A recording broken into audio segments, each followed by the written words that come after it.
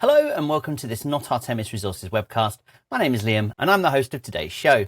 I'm pleased to be presenting another interview for you, and joining me as always is Executive Director Alastair Clayton. Welcome to the show, Alastair. G'day Liam, thanks for having us. Not a problem at all.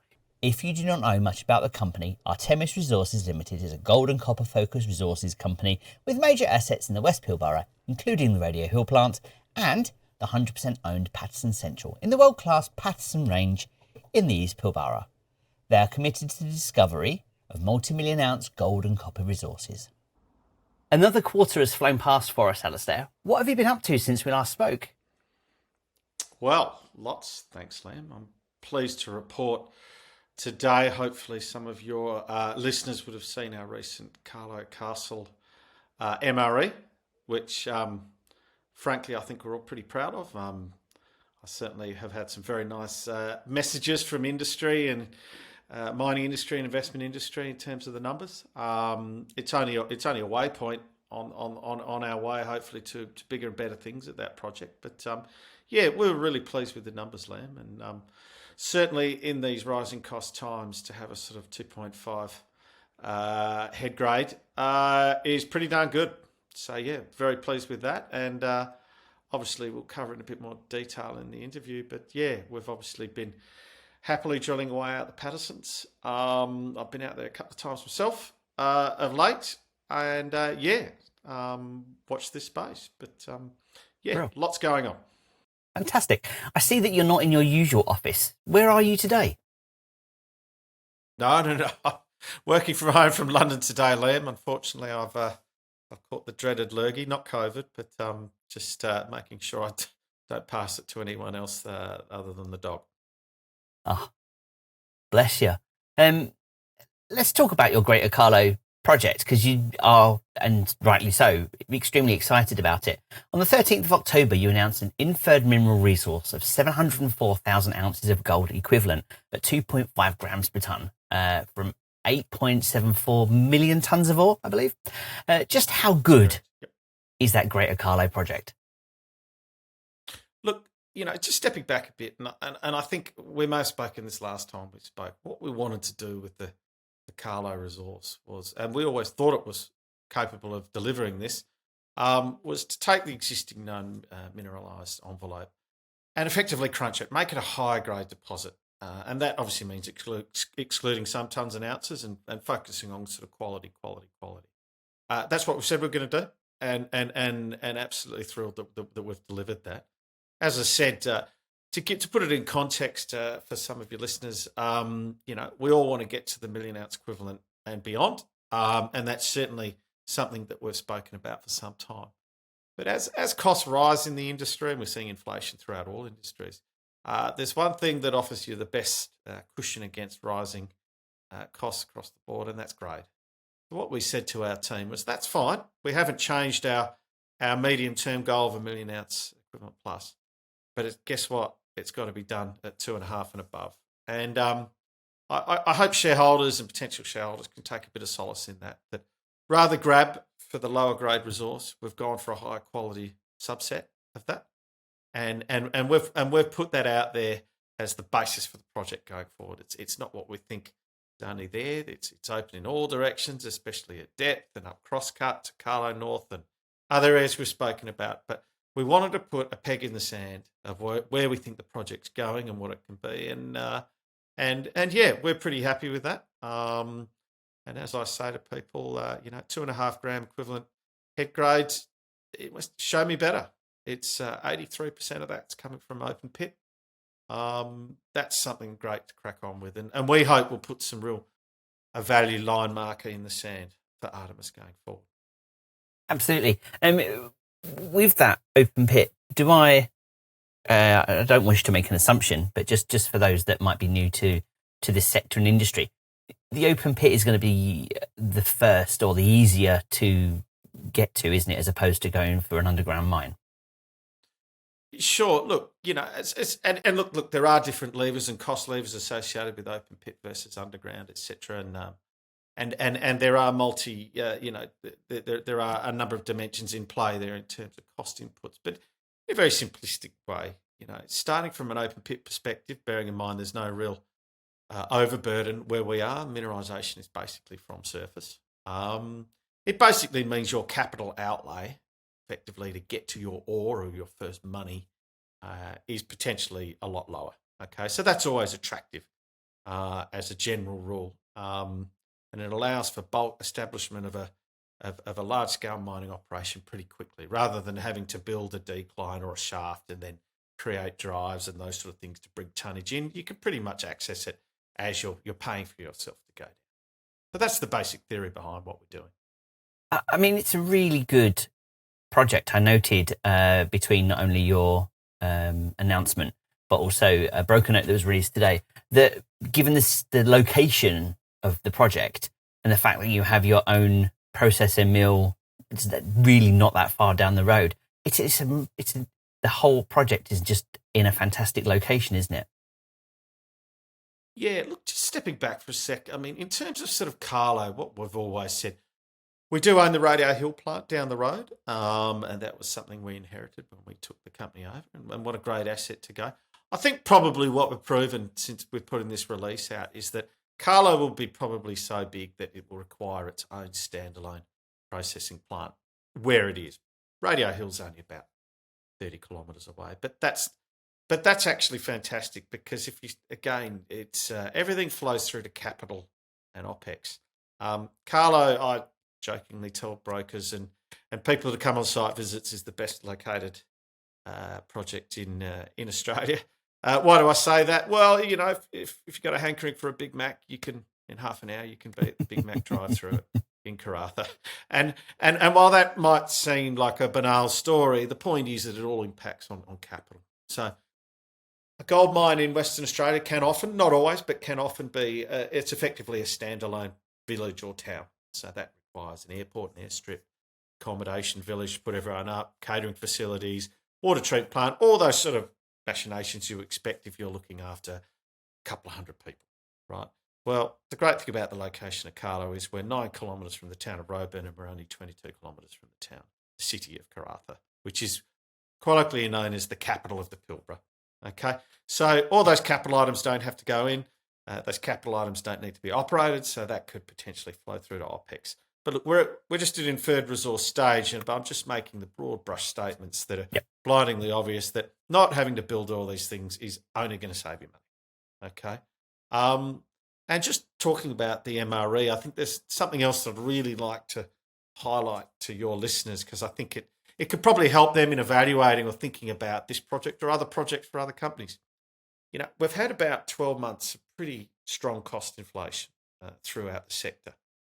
The resource we've put out today, and I'm not allowed to talk about the economics because that would be contravening the JORC rules, but just to give you a bit of a flavour, there is an economic, the way that JORC resources are calculated today, there has to be an economic consideration. Is it likely or viable that it can be economically exploited? I think that's a very good thing. Otherwise, people could produce resources talking about 0.1 gram gold and all sorts of nonsense. But the point, and what should give hopefully people looking at our project, this resource was put out on Monday. What you have has captured the large part of cost inflation. So that it's a resource is an iterative economic calculation. And what we've got is something that's up to date, that's taking into consideration a lot of the cost things we're seeing across the sector, which, if you think about it, Liam, makes it even better, because what it says to you is, if inflation moderates over the next 2 to 4 years, well, fantastic. You're probably going to get some of that back. But at the moment, it's already super robust at current inflated prices. So I think in terms of the whole sort of package of where the project's going, I think they should be hugely attractive to investors. The future is certainly bright. Is that all for your drilling program now, or do you think there's a lot more to learn from the ore body? Oh, look, there is a lot, and if you go through the resource RNS that you can see on our website, I mean, you can see that the deposits open in multiple directions, both at depth and along strike and up to crosscut, etc. We're looking to kick off some more work. We'll be running into Christmas soon. Unfortunately, that's the reality of life. That Christmas comes around early, and before you know it, it's Easter. But the reality is, we already know, and we've already publicly stated where we expect to be drilling, and where one can take the project forward. Give the example of Carlow North. I think we've already told shareholders that we've completed a heritage survey over that area, and that area could be prepared to be drilled. But yeah, the project's still very much in the how big is it? We've now identified the baseline of what's the core of is already there, and now it's a question of what more can be there. And the really good thing is, I've spoken to a lot of shareholders over the last year and a bit as we've been constantly putting out really good drill results, and some element of frustration. Oh, why isn't the share price going up? And look, I'm not really allowed to comment on those sorts of things, but I just put out the point that up to Monday, all of our brilliant drill results have been going out slightly lacking in context. That's great, fantastic numbers. What does it mean? Where's it going? Well, now we've got that resource. And don't forget, this is just a resource today. It will grow and grow and grow again. But the next time we're drilling and putting out great results, shareholders should be able to see and make their own inferences of how that's adding to the resource.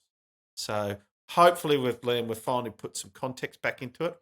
But as general guidance, still very much in the how big is it stage. Fantastic. I noted in a report that you chose to have the data verified by the independent company Snowden Optero. How important is it that money is spent on things like this at this stage? Oh, absolutely. And look, again, Snowden's is a top firm. That's part of the resource process. It is actually generated by those independent companies and very well respected companies. And that obviously gives shareholders a huge amount of understanding and sort of in terms of things being done to an extremely rigorous standard. We're very lucky. One of our directors, Dr. Simon Dominy, sits on one of the JORC committees and was very much involved in assisting with data transference and working with Snowden's on this resource. And that level of experience can't be underestimated.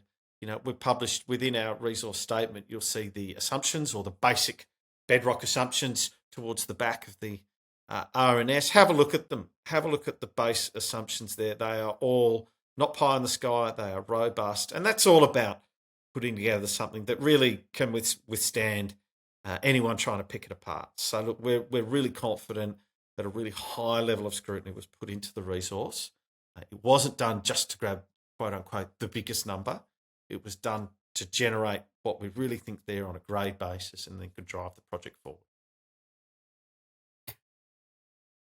I'm really excited to find out how that pans out.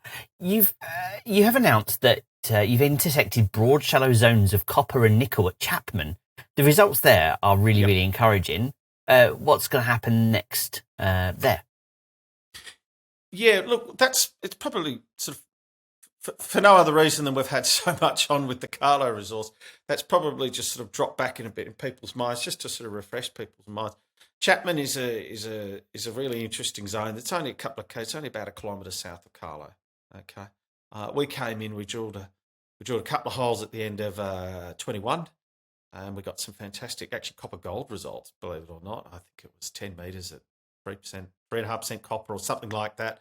A couple of grams gold, and that was real wildcatting stuff. Okay, that was like no one had ever really drilled much there before, and we hit something.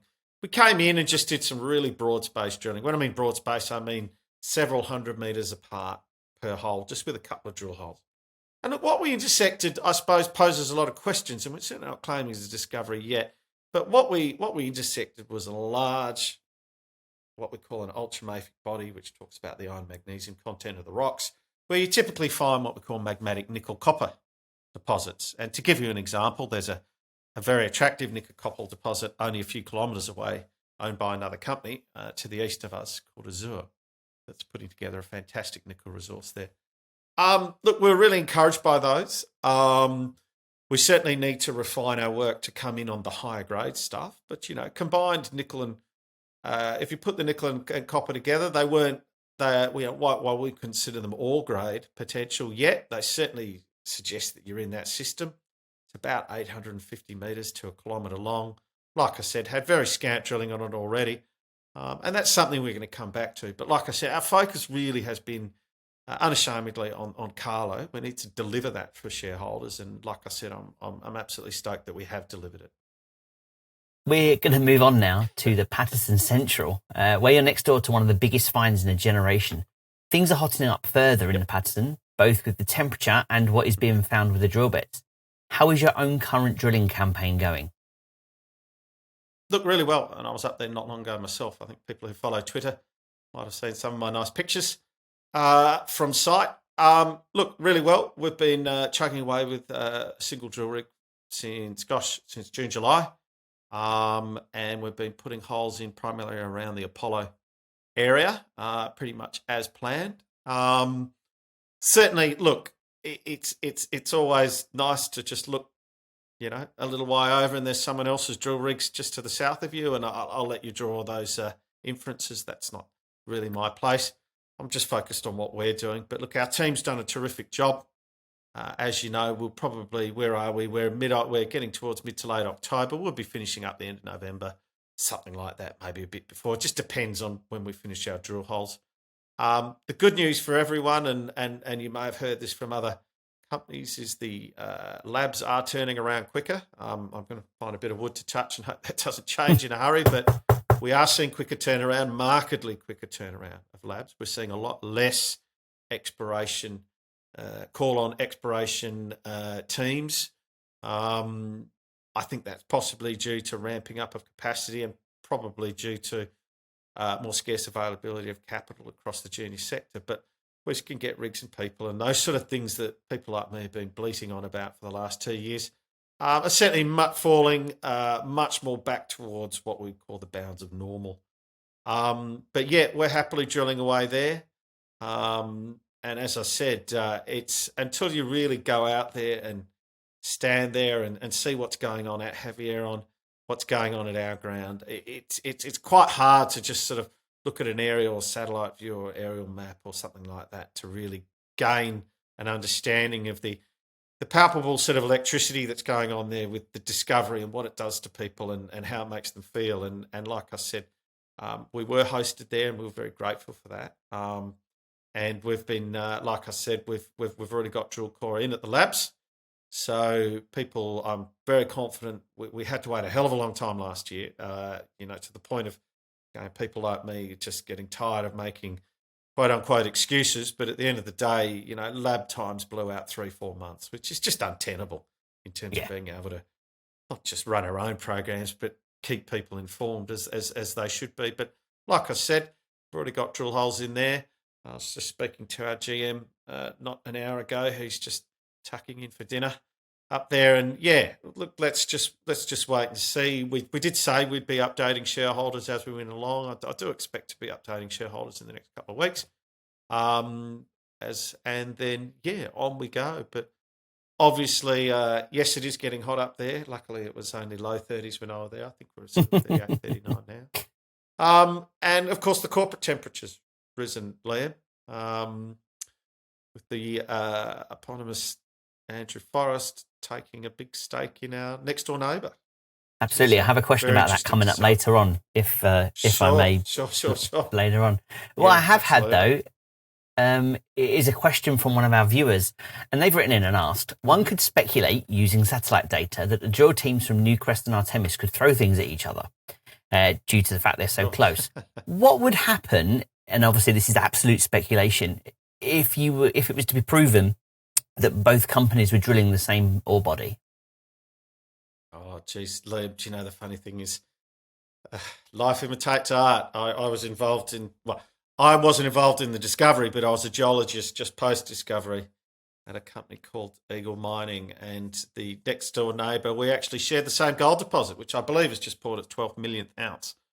Wow. And we literally had a little batter down the middle of one of the pits. We were mining one side, they were mining the other side.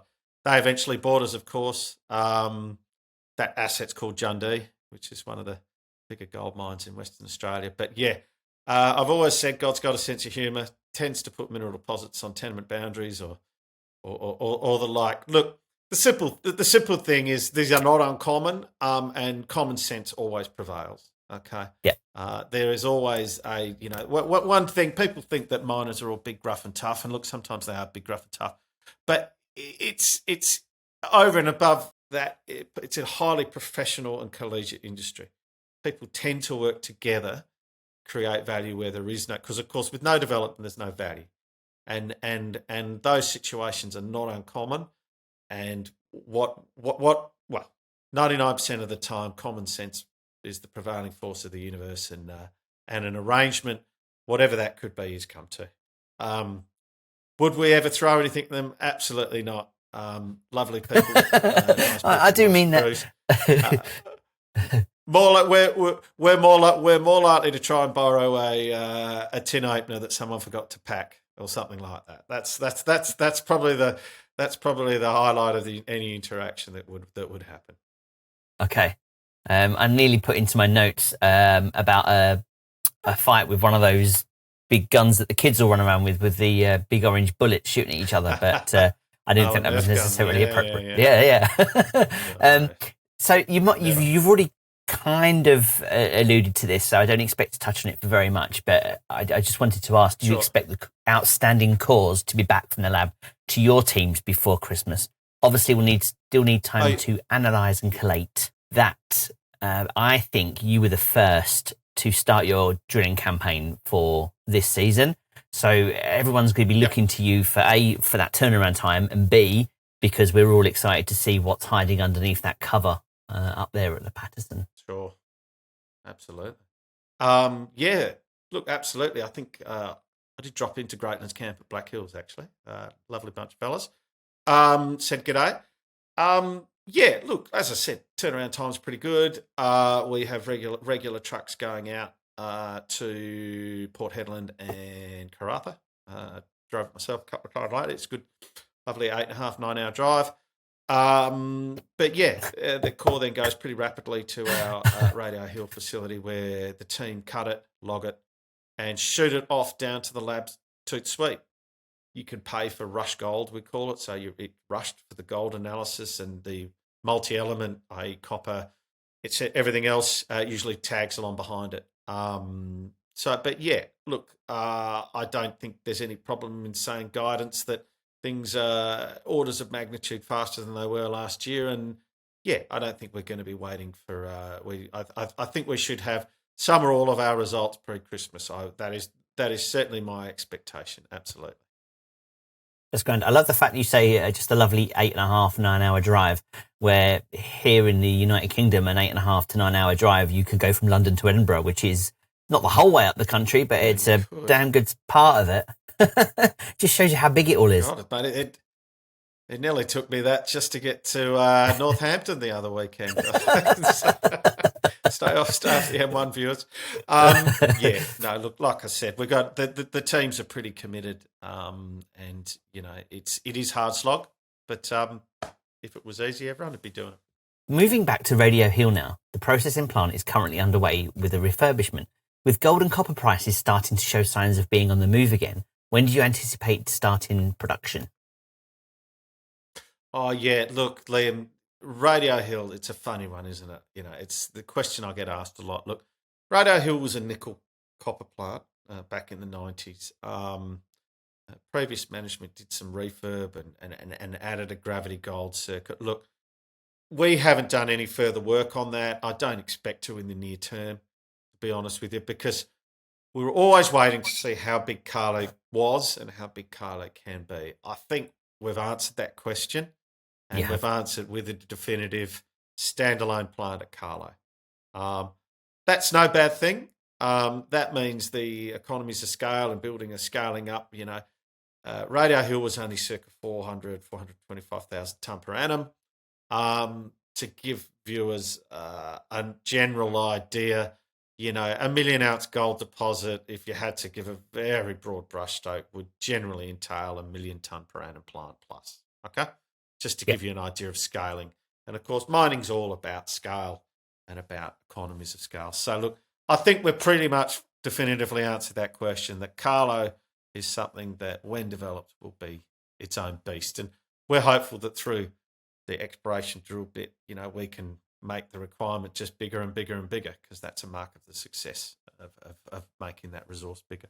So where does that leave Radar Hill? Look, it's a really strategic asset. Okay, there's a lot of nickel and copper proponents in the area. We have some assets ourselves. Everyone can see the value in it. It's not ready to turn on in terms of production. I've had some independent, relatively recent engineering work done on that by some people we know and trust. And it's what we thought. There's tailings facility there. The front end crushing circuit looks pretty viable in terms of the ball mills and those sort of things.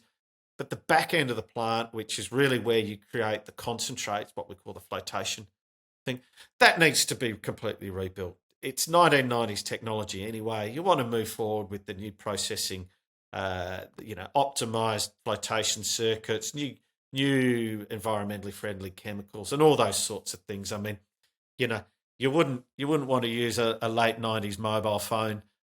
We wouldn't want to use a late 90s flotation plant. So you would build something new there. In terms of directionally, what does that mean for Radar Hill? Well, first of all, it's our base, and it's, we have a good carrying value on that asset. We're talking, lots of people are very interested, because what the region needs around there is someone to unlock the potential of these nickel deposits. At the moment, there's nothing built or nothing quite of scale that's kind of going to get there. So again, I spoke earlier about the collaborative approach often in mining. And I think that's something you might see. And I could see Radar Hill playing a very central role in that. Because again, over and above the sort of kit and everything that's there, in terms of permitting, it's permitted for a lot of what we're talking about, not all of it. But that all has an impact on time, value of money, months of permitting and environmental work. So look, there's a great deal of value to be had at Radio Hill. I think they've been inextricably linked to the fate of Carlow. I think what we've demonstrated this week is that Carlow is big enough and ugly enough to be its own beast.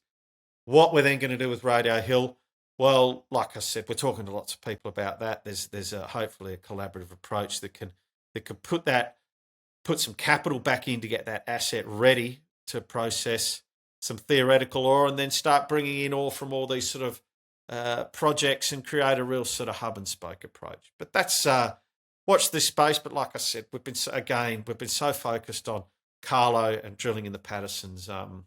We haven't. When we have something to talk to shareholders about, we'll unveil those plans as and when. Fantastic.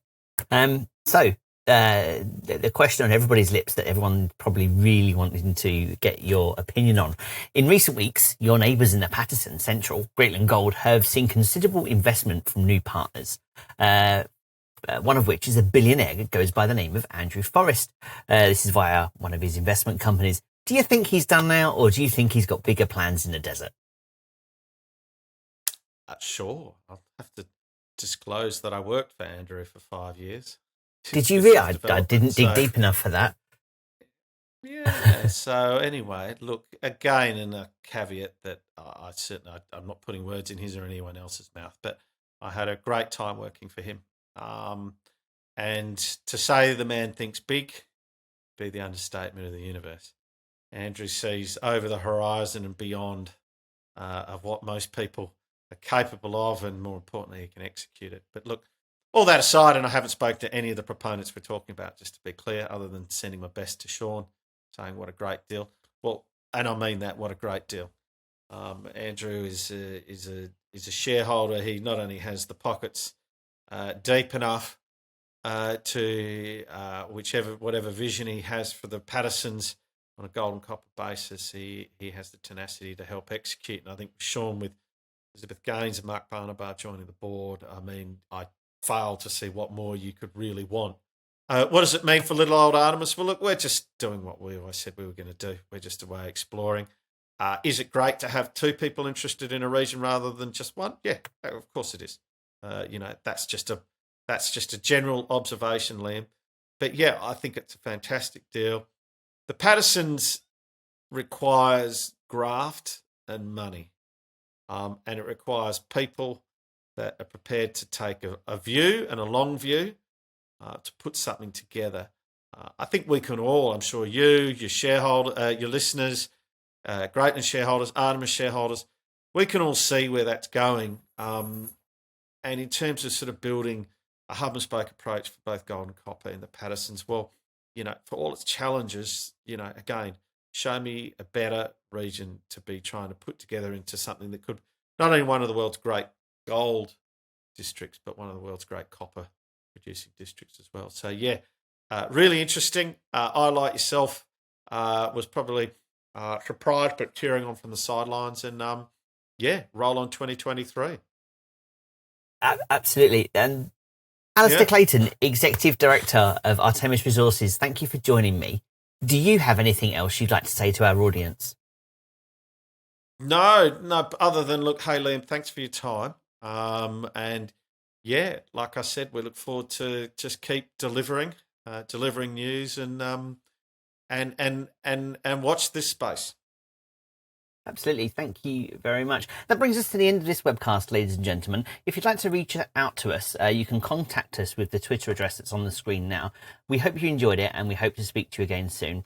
Alastair, thank you. I'll hopefully catch up with you maybe just before Christmas, maybe just after, depending on how quarters and news is and life goes. So if I don't see you before, I appreciate I'm probably the first person to say this, but have a great Christmas. Oh. Not even thinking about that just yet, but look, really, look, like I said, Liam, always appreciate the time to chat. Much appreciated. Thank you. My name's Liam, and you've been watching a Not Artemis Resource webcast. And until next time, I bid you good day.